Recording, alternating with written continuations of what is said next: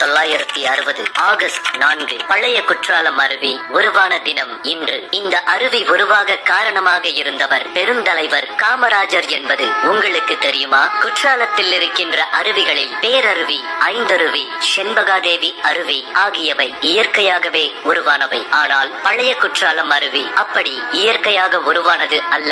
1960க்கு முன்பு இந்த அருவி குளிப்பதற்கு ஏற்றதாக இல்லாமல் சுமார் 200 அடி உயரத்திலிருந்து செங்குத்தாக ஆக்ரோஷமாக விழுந்து கொண்டிருந்தது. அப்போதைய முதலமைச்சராக இருந்த பெருந்தலைவர் காமராஜர் அவர்கள் ஒரு முறை பழைய குற்றால அருவியை பார்க்க வந்திருந்தார். இந்த அருவியை மக்கள் பயன்படுத்தும்படி செய்ய முடியாதா என அருகிலிருந்த பொறியாளர்களிடம் கேட்டார். பின்பு அவரே தண்ணீர் விழாத காலத்தில் மலையை படிக்கட்டுகள் போன்று செதுக்கி விடுங்கள், இதனால் தண்ணீர் செங்குத்தாக விழாமல் ஒவ்வொரு தடுப்பிலும் விழுந்து வேகம் குறைந்து கடைசியில் மக்கள் தலையில் விழும்போது பூவாளி தண்ணீர் போல விழும் என்றார். அவர் சொன்னது போலவே மலையை செதுக்கி முடித்த பின்பு மக்கள் குளிக்கும் வகையில் அழகான நீர்வீழ்ச்சியாக உருமாறியது பழைய குற்றாலம் அருவி. 1960 ஆகஸ்ட் 4ஆம் தேதி அப்போதைய முதலமைச்சர் பெருந்தலைவர் காமராஜர் அவர்களால் பழைய குற்றால அருவி திறந்து வைக்கப்பட்டது. இதற்கான கல்வெட்டு பழைய குற்றாலத்தில் இருக்கிறது.